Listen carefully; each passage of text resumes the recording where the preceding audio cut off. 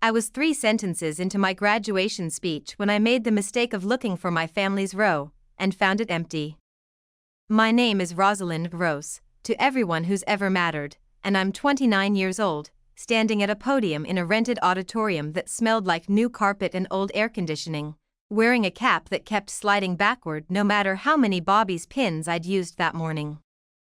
I'd been chosen to speak because I'd finished top of my accelerated nursing cohort, which is a nice way of saying I hadn't slept properly in 14 months, that I'd worked 3 overnight shifts a week as a medical assistant while carrying a full course load, that I'd built an entire adult life out of proving I could hold more than anyone thought I could.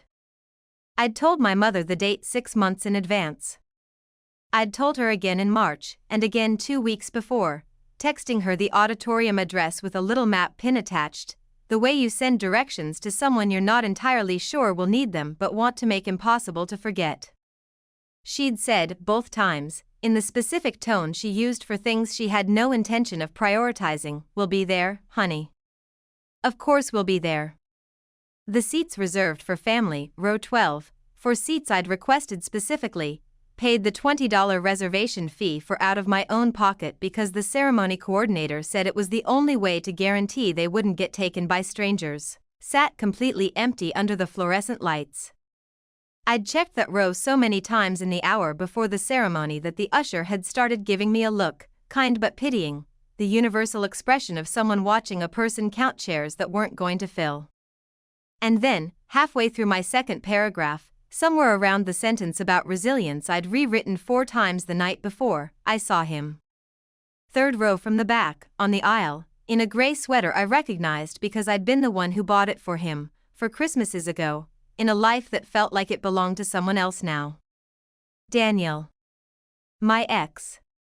The person who had, 2.5 years earlier, packed a U-Haul on a Sunday morning while I was working a 12-hour shift and left a note on the kitchen counter that started with "I think we both know this isn't working." The same person who was now sitting in a folding chair in a graduation ceremony he had absolutely no reason to attend, watching me with an expression I couldn't read from that distance and didn't particularly want to. I finished the speech. I want you to understand that about me before anything else happens in this story. I finished it, word for word, exactly as I'd rehearsed it in my bathroom mirror for 2 weeks, my voice not shaking once, even though inside I was doing math I didn't want to be doing, running through every phone call and text message from the last 6 months, trying to figure out at what exact point my family had decided that showing up for me was optional in a way it had apparently never been optional for my brother. If you've ever stood in a room full of people and still felt completely alone, you already know exactly what that podium felt like. I need to back up, because you won't understand how much that empty row cost me unless you understand what came before it, what it took to get to that stage in the first place, and what family had actually meant in my house growing up, which was never quite the thing it looked like from the outside. I'm the oldest of 2. My brother Tyler is 26, and for as long as I can remember, he has been the center of a solar system my mother built with a precision that would have been impressive if it hadn't cost me so much to live inside of it.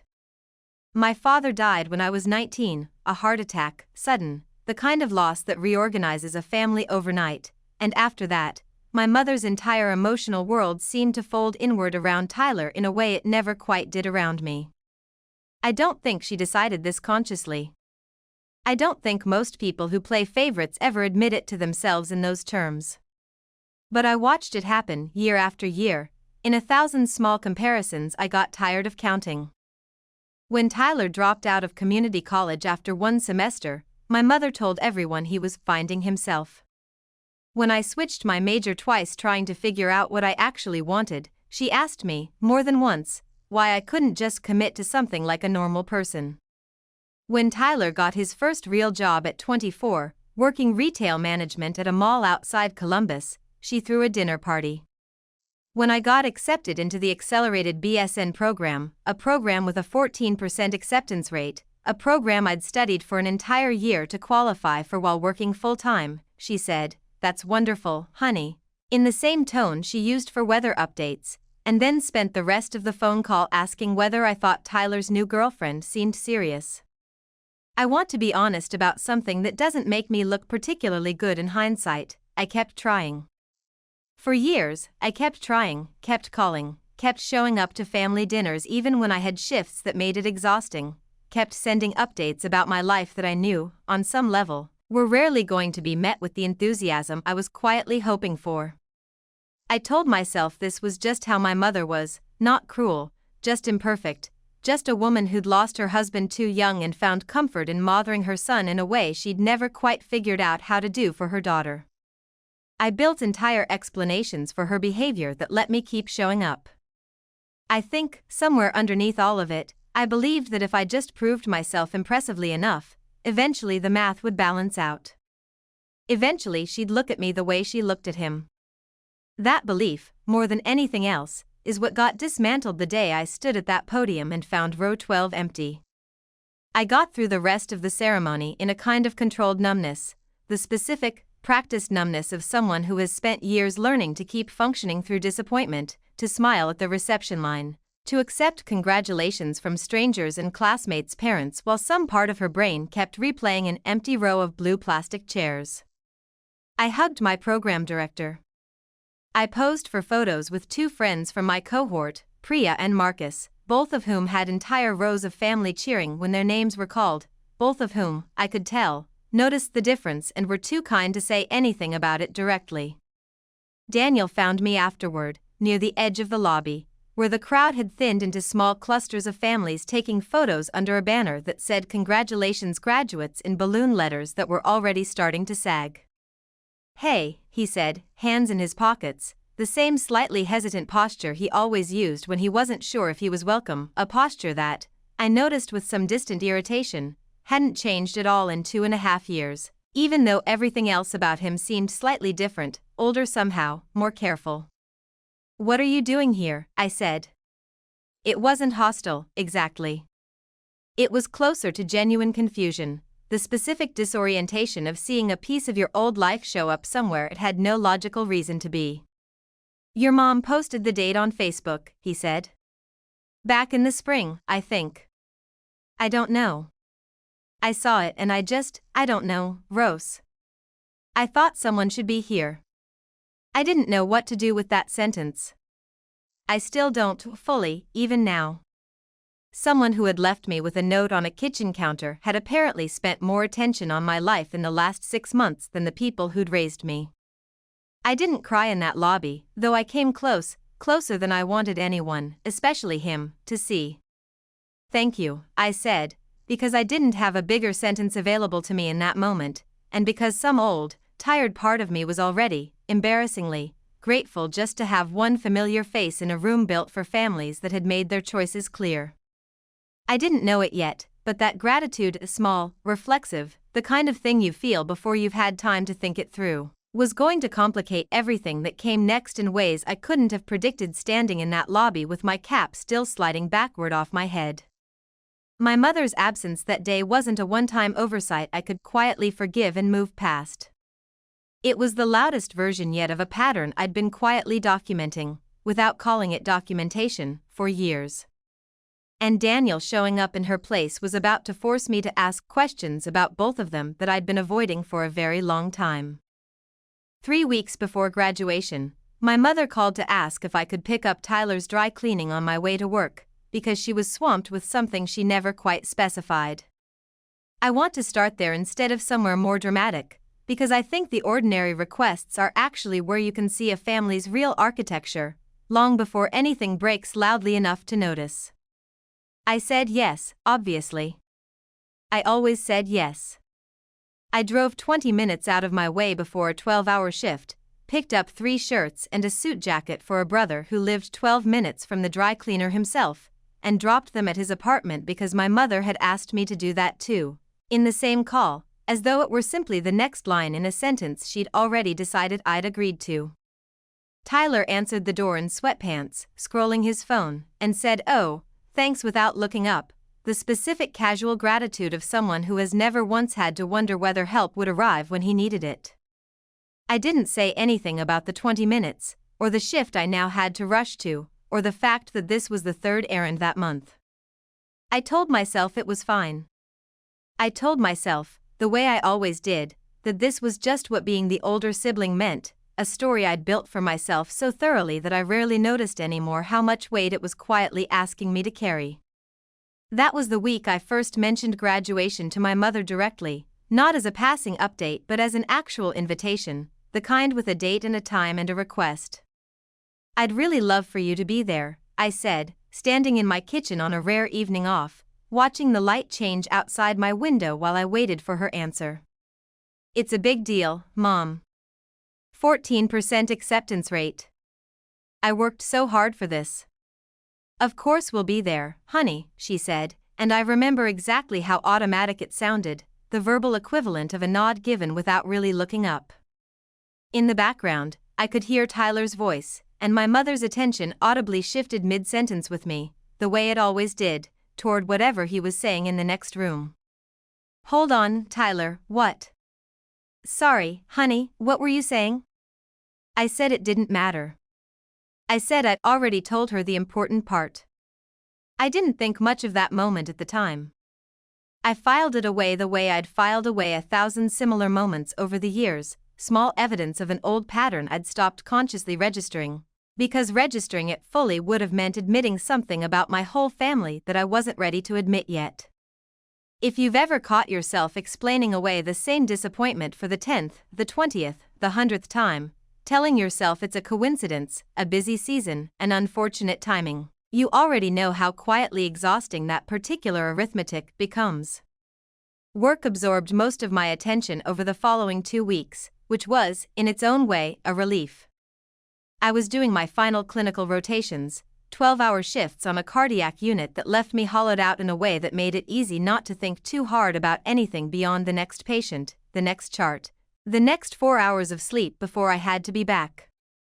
My preceptor, a nurse named Denise who'd been doing this work for 22 years, told me near the end of my rotation that I had good hands and a steady face, which she meant as the highest compliment a nurse can give another nurse, and which I carried around for days afterward like something precious, because it was one of the only pieces of praise I'd received in longer than I wanted to admit that hadn't come with an asterisk attached. My best friend from the program, Priya, noticed something was off with me around that time, though I hadn't said anything directly. We were in the break room during a rare overlapping shift, both of us running on the specific exhaustion that makes honesty easier than usual, and she asked, apropos of nothing, whether everything was okay with my family. "Why do you ask?" I said, though I already suspected the answer. "You get a look sometimes," she said, "when your phone rings and it's your mom. You brace before you even answer it." I laughed it off, the way I laughed off most things that got too close to something real. But I thought about it for the rest of that shift, and for several nights after, the specific physical sensation she'd named, that small tightening in my shoulders whenever my mother's name lit up my screen, a reflex I'd apparently developed so gradually I'd never actually clocked it as a reflex until someone else pointed it out from the outside. That was also around the time I started noticing something odd about how my mother talked about the graduation whenever it came up, which wasn't often, and which she never brought up herself. Every time I mentioned it, there was a small beat before her response, a half-second pause that I couldn't quite name but that felt different from her usual conversational rhythm, like she was calculating something before she spoke rather than simply responding. I noticed it and then, true to form, dismissed it.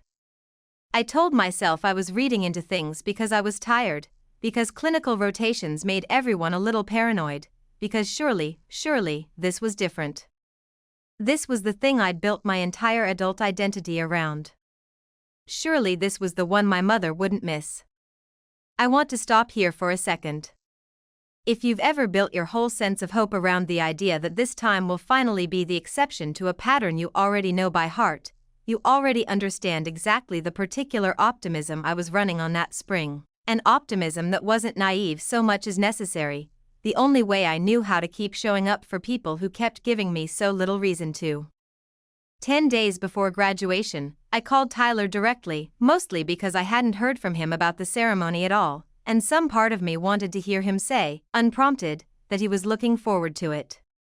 He picked up on the 4th ring, distracted, a video game audible in the background. "Oh, right, that's coming up," he said, when I mentioned the date. "Yeah, I'll try to make it. Depends on work, though." You know how it is. I did know how it was, actually, though not in the way he meant.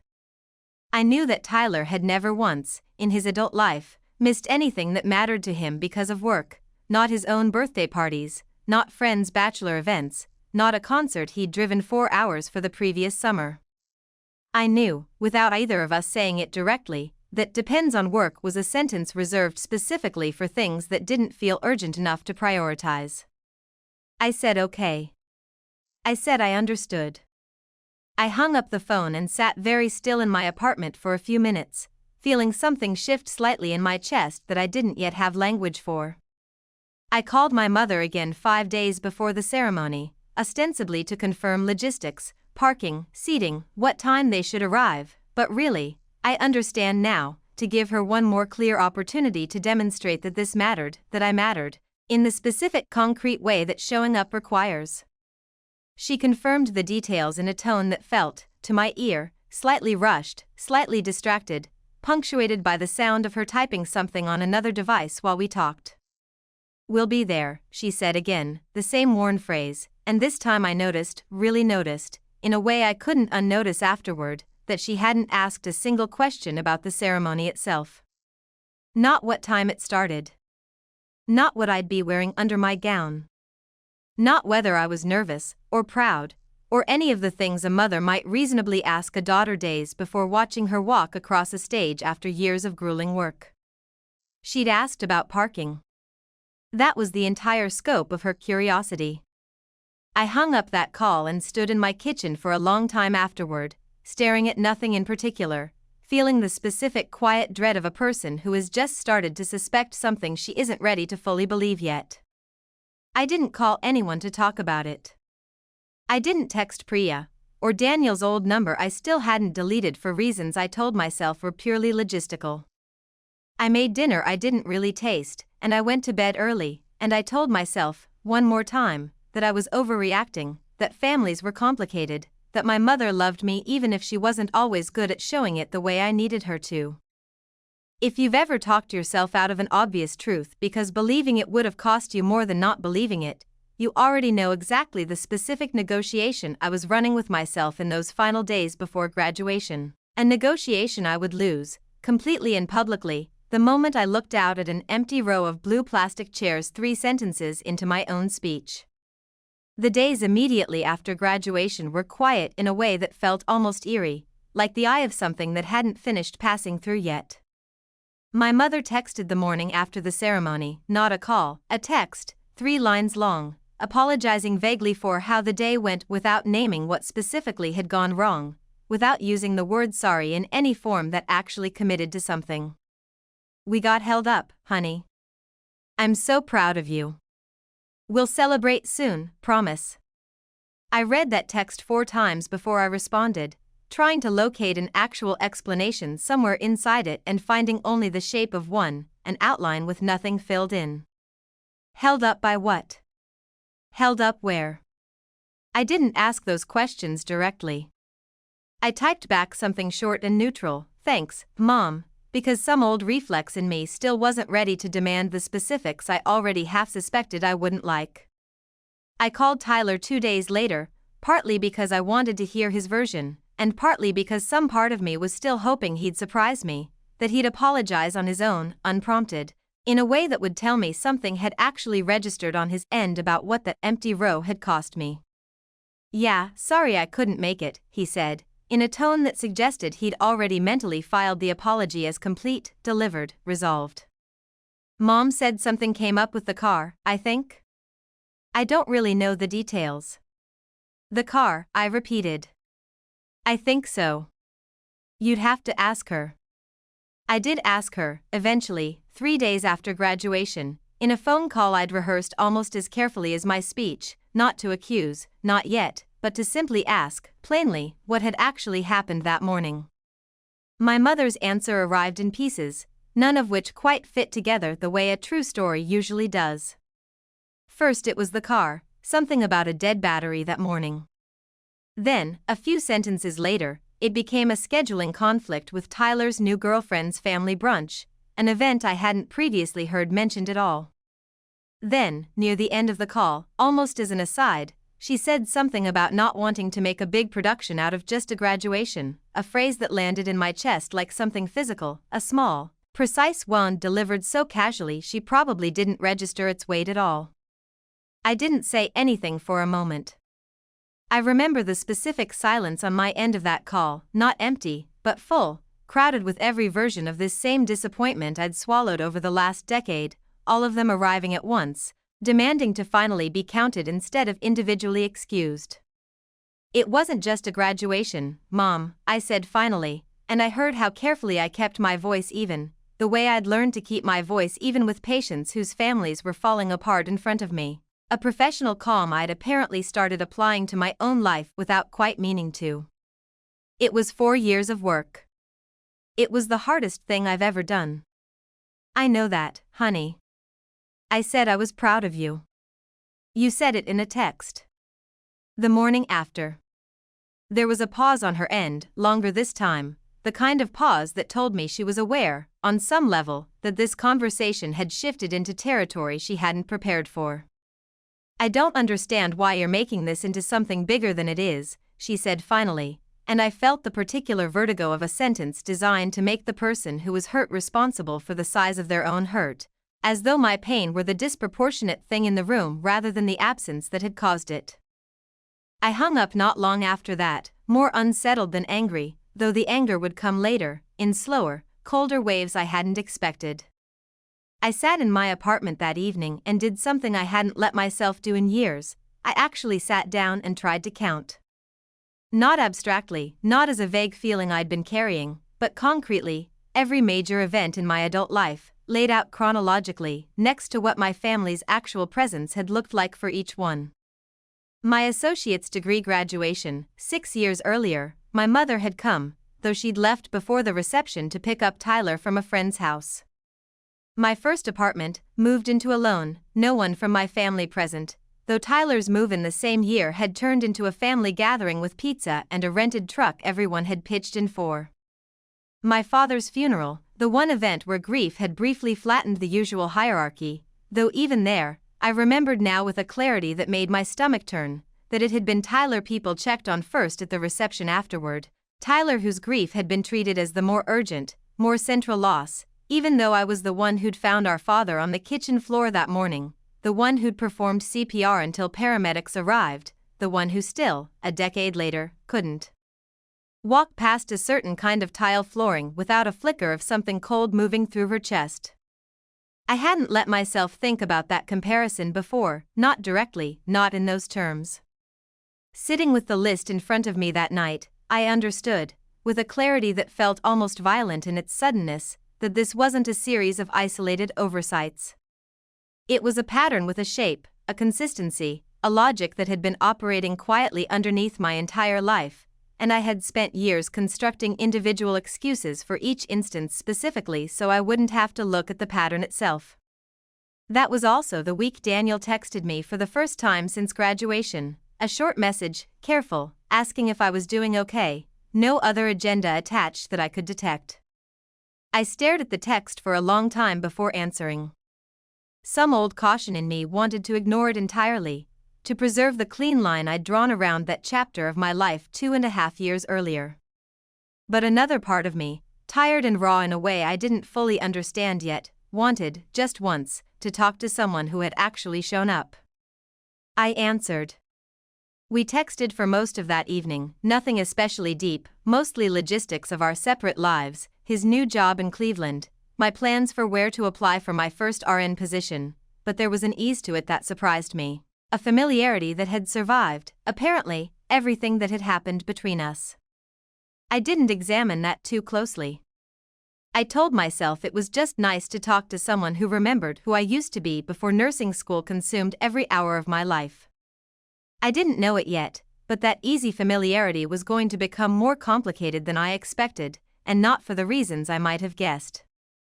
Something Daniel said, almost in passing near the end of that conversation, a small, offhand comment about your mom's Facebook posts, was going to send me looking somewhere I hadn't thought to look yet, and what I found there would make the empty row at graduation look almost gentle by comparison. I want to be precise about what Daniel actually said, because I turned that sentence over so many times afterward that its exact shape matters to this story. "Your mom's Facebook posts are wild," he'd typed, almost as a throwaway line at the end of our conversation. "Did you see the one from graduation day? The whole family brunch thing?" I hadn't seen it. I don't follow my mother on Facebook anymore. I'd muted her feed over a year earlier, a small act of self-protection I'd never fully examined the reasons for at the time. I asked Daniel what he meant, and he sent a screenshot before I'd even finished typing the question. It was a photo from that morning. My mother, my brother, Tyler's girlfriend, and her parents, all seated around a table at a brunch place downtown, mimosas in front of everyone, my mother's caption reading something about the best kind of Sunday, surrounded by the people who matter most. The timestamp on the post was 10:47 a.m. My ceremony had started at 10. I sat with my phone in my hand for a long time, feeling something settle in my chest that was heavier and colder than the hurt from graduation day itself. It wasn't the dead car battery. It wasn't a scheduling conflict she couldn't have avoided. It was a choice, made in advance, dressed up afterward in vague language designed to keep me from ever being able to name it precisely enough to hold her accountable for it. I didn't confront her immediately. I sat with the screenshot for 3 days, the way I'd learned to sit with things before I was ready to act on them, a habit I was starting to recognize, with real discomfort, as something I'd built specifically to protect other people from the consequences of disappointing me. I photographed the post myself, in case she deleted it, and saved it in a folder on my phone I didn't examine too closely for what it meant that I now felt the need to keep evidence of my own mother's choices. During those 3 days, small things kept surfacing that I'd apparently been quietly cataloging for years without ever laying them side by side. I remembered, with sudden and uncomfortable clarity, a birthday of mine 3 years earlier that my mother had forgotten entirely until Tyler reminded her, 2 days late, at which point she'd sent a text that read simply "Happy belated, love you," no call, no visit, nothing beyond 6 words typed in under a minute. I remembered a hospital stay after a bad car accident in my mid-20s, when Tyler had been informed and hadn't come, when my mother had visited once, briefly, and spent most of the visit on her phone. I started sleeping badly during that stretch, waking at odd hours with my mind already circling the same evidence, the same math, unable to let it rest. My appetite thinned. I'd stand in my kitchen at night, plate in front of me, unable to make myself actually eat more than a few bites before setting it aside. I told myself this was normal post-graduation exhaustion, the crash after months of adrenaline. I knew, somewhere underneath the telling, that it wasn't only that. I called Priya on the 4th day, unable to hold the screenshot alone any longer, and read her the caption out loud, my voice flatter than I intended. She was quiet for a moment after I finished. "Rose," she said carefully, "I need you to actually hear what you just told me. Not soften it. Not explain it away. Just hear it." I didn't say anything. She let the silence sit there instead of filling it for me, which was, I understood later, exactly the right thing to do. "They chose brunch," she said finally. "Over your graduation. And then she lied to you about it." I want to stop here for a second. If you've ever needed someone else to say a truth out loud before you could fully let yourself believe it, you already know how strange it felt to hear my own life described back to me in a sentence so simple it left no room for the explanations I'd spent a decade building. I called my mother on the 5th day. Not to accuse her outright, I still wasn't ready for that, not completely, but to ask, directly this time, without accepting a vague answer, what had actually happened that morning. "I already told you," she said, a slight edge entering her voice, the specific defensiveness of someone who senses a conversation moving somewhere she doesn't want it to go. "The car, and then Tyler's girlfriend's family." "I saw the post, Mom," I said. 10:47. Mimosas. The best kind of Sunday. My ceremony started at 10. The silence on the line stretched long enough that I wondered, for a moment, if she'd hung up. "That's not," she started, and then stopped. You're twisting this into something it wasn't. I'm not twisting anything. I have the screenshot. Why are you keeping screenshots of my Facebook, Rosalyn? My full name, which she used only when she wanted a conversation to feel like a reprimand rather than a discussion between equals. This is exactly the kind of thing you do, turning everything into evidence, like you're building a case against your own mother. I felt that land somewhere old and tender, the same place her earlier accusation had landed. Why are you making this into something bigger than it is? A specific rhetorical move I was beginning to recognize as a pattern of its own. A redirection that made my hurt the problem instead of her absence. I'm not building a case, I said, though some part of me understood, even as I said it, that I actually had been, quietly, for years, without ever calling it that. I just want you to admit what actually happened. She didn't. Not that day. She circled instead, mentioning, unprompted, a difficult period when I was in middle school when she felt I'd pulled away from her, mentioning how hard it had been raising 2 kids alone after my father died, mentioning, with what felt like calculated timing, how much she'd sacrificed over the years that I apparently never fully appreciated. None of it addressed the brunch. None of it addressed the lie. But each piece landed with just enough weight, just enough half-truth mixed in, that I found myself, by the end of the call, somehow apologizing for pushing the subject, telling her I didn't mean to upset her, promising we'd talk about it more calmly another time. I hung up and sat on my kitchen floor, not dramatically, just because standing suddenly felt like more effort than I had available, and understood, with a clarity that arrived slow and then all at once, that I had just watched myself get talked out of my own reality in real time, the way I'd apparently been getting talked out of it for years without ever recognizing the mechanism clearly enough to name it. I didn't tell anyone about that particular collapse. Not Priya, not Daniel, not anyone. I gathered myself off the floor eventually, made tea I didn't really want, and sat at my kitchen table with my laptop open, doing something I hadn't consciously decided to do until I was already doing it, writing down, in a plain document with no formatting, every instance I could remember of being deprioritized in favor of Tyler, going back as far as memory would reliably take me. It took most of the evening. By the time I stopped, the list ran to 11 pages, single-spaced, dates and details I hadn't realized I'd retained so precisely until I started pulling them forward. I didn't cry while writing it, which surprised me a little. What I felt instead was the same strange, focused clarity I imagine surgeons must feel mid-procedure, grief converted, temporarily, into something more useful and less overwhelming.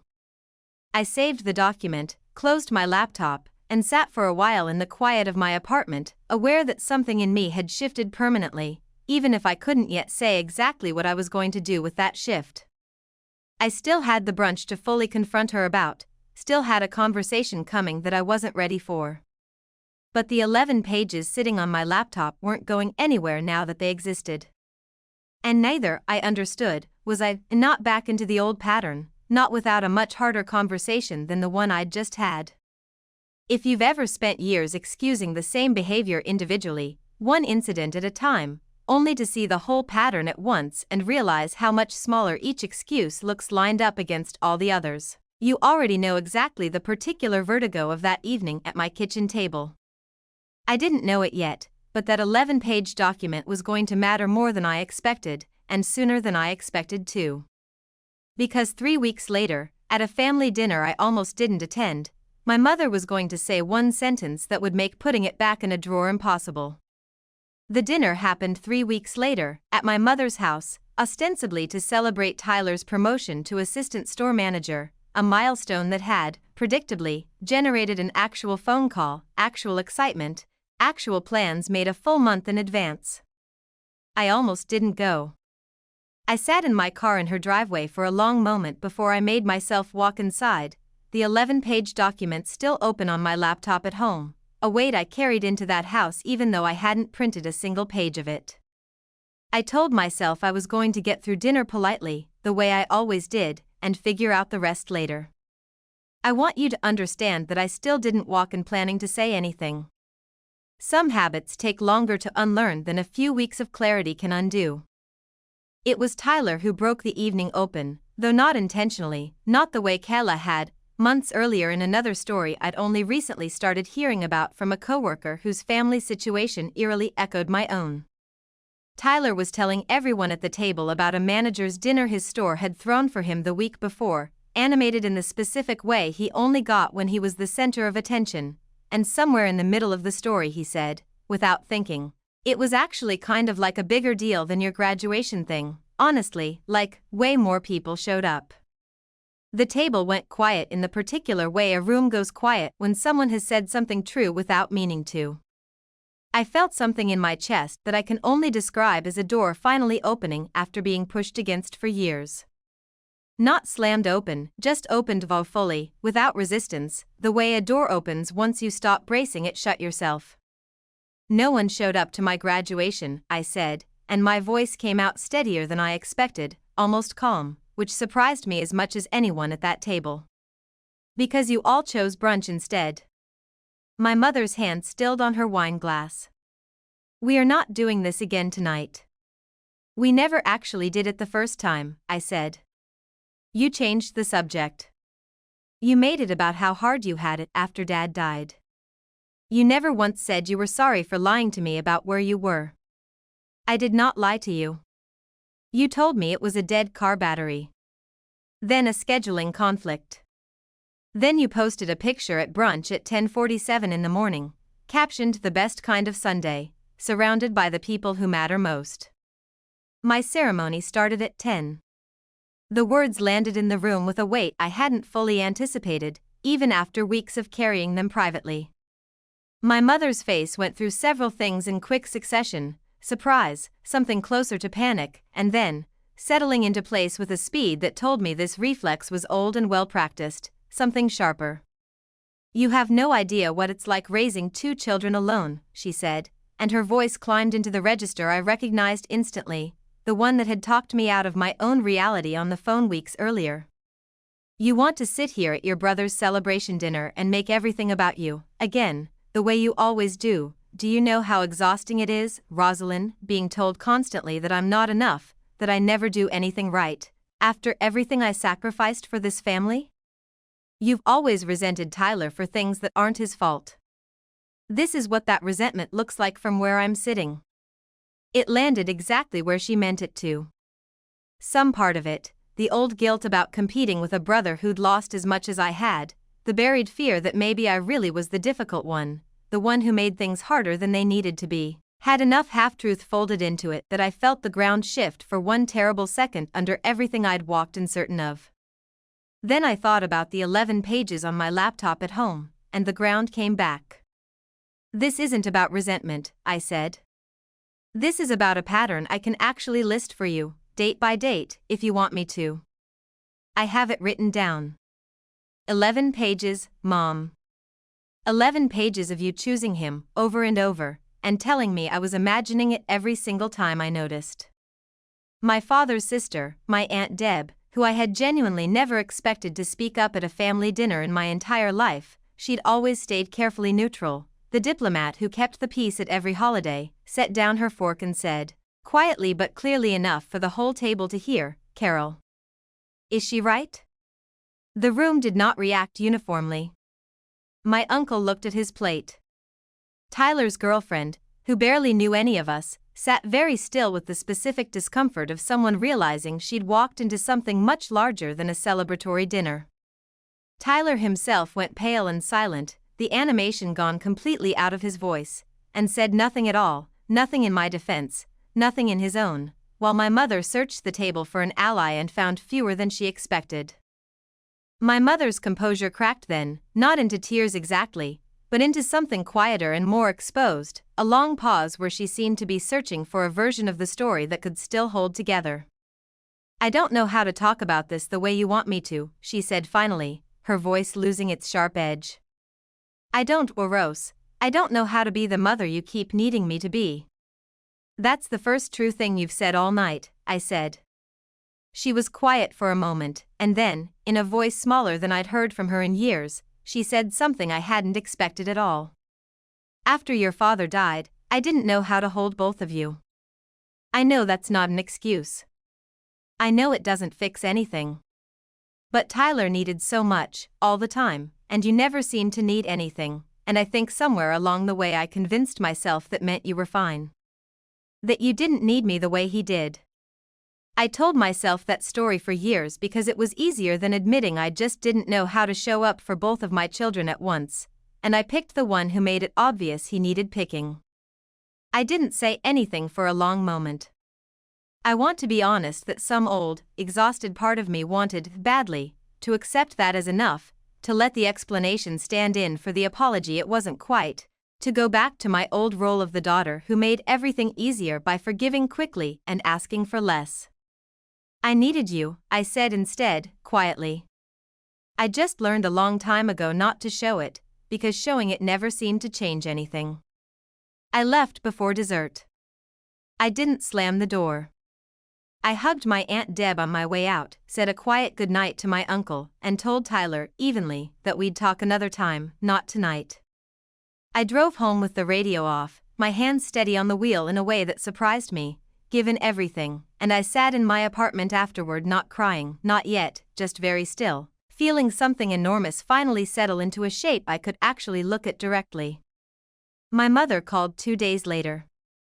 It wasn't a full apology, not the kind that cost something real, but it was closer than anything she'd offered before, an acknowledgement, at least, that something in our history had been unequal in a way she couldn't keep explaining away. I don't know how to fix 29 years, she said. I don't think I can. I'm not asking you to fix it, I said. I'm asking you to stop pretending it didn't happen. She agreed to that, at least in that conversation, though I understood by then that agreement in a phone call and actual change over years were two very different things, and I wasn't going to organize my life around waiting to find out which one this would be. I told her I needed space, not permanently, not dramatically, just enough room to figure out what a relationship with her could look like once I stopped automatically doing all the work of maintaining it myself. Tyler and I talked a week after that, briefly, awkwardly, in a conversation that didn't resolve much but that felt, at least, honest in a way our relationship rarely had been. He apologized for the comment at dinner. He admitted, haltingly, that he'd never really thought about what our childhood had looked like from my side of it, that he'd just always assumed things were roughly fair because no one had ever told him otherwise. I appreciated the honesty more than I expected to. I didn't know yet what our relationship would become. I still don't, fully, months later. I didn't keep dating Daniel, if that's the question you're waiting for me to answer. We talked a few more times after graduation, easy and warm in a way that surprised both of us, but eventually I understood that reaching for him in that season wasn't really about him. It was about reaching for the last piece of my life that had felt uncomplicated, before I'd had to look directly at everything else. I told him that, honestly, over coffee one afternoon in early fall, and he nodded like he'd already suspected as much. We're not together. We're something quieter now, not quite friends, not quite strangers, two people who showed up for each other exactly once, at exactly the right moment, and who both understood, eventually, that once was what it was always meant to be. I took my first RN position that autumn, on a cardiac unit not unlike the one I'd trained on, and I found, in the structure of that work, something I hadn't expected, a kind of clarity about what it actually means to show up for someone. Consistently, reliably, without keeping score of who deserves it more. I got good at the job quickly.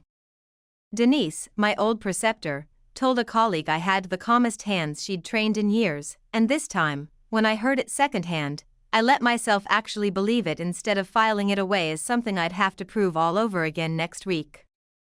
I don't call my mother every Sunday anymore, the way I used to, out of habit and hope in equal measure. I call when I want to, which is less often than it used to be, and more honest than it's ever been.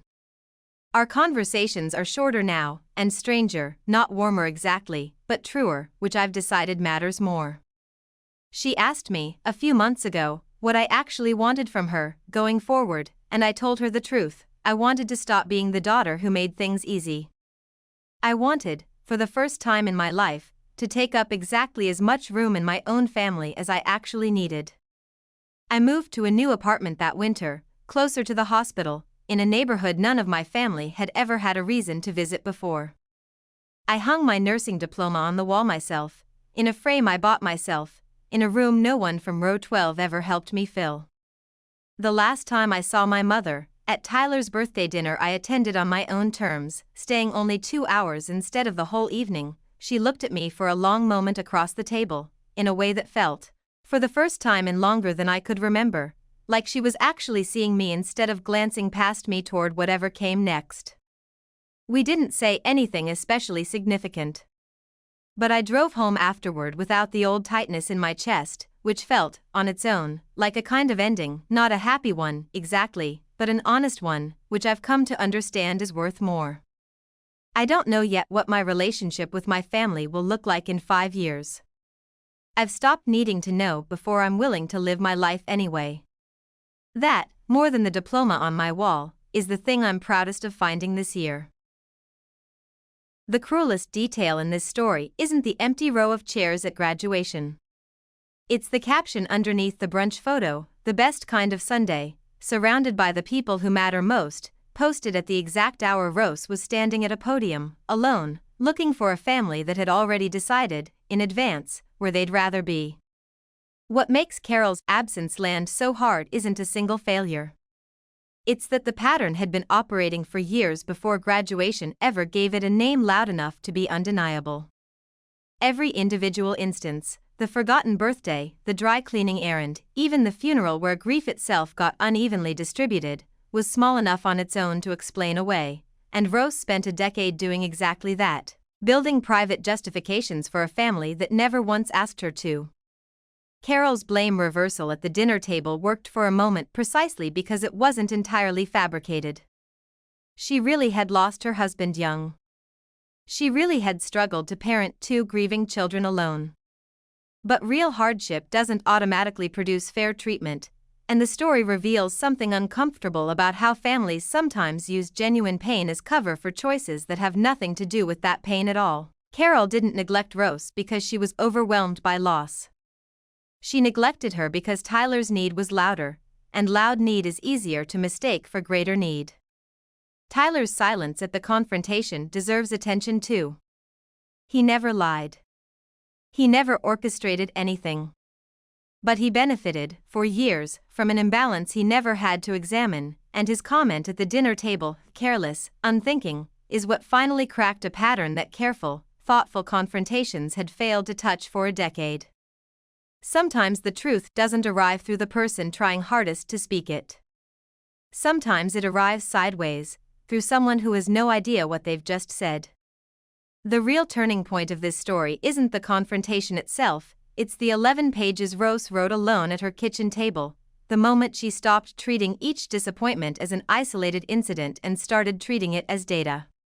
That act, private and undramatic, is what gave her the footing to survive being blamed for her own hurt when the confrontation finally came.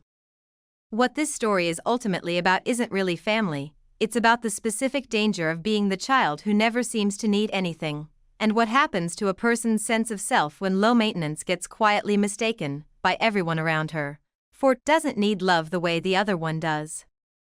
Which leaves a harder question underneath all of it: how many of us have spent years being easy to overlook, simply because being easy to overlook was the only version of belonging we were ever offered? I keep thinking about Rose standing at that podium, 3 sentences into a speech she'd rehearsed for 2 weeks, looking for a row of chairs that was never going to fill.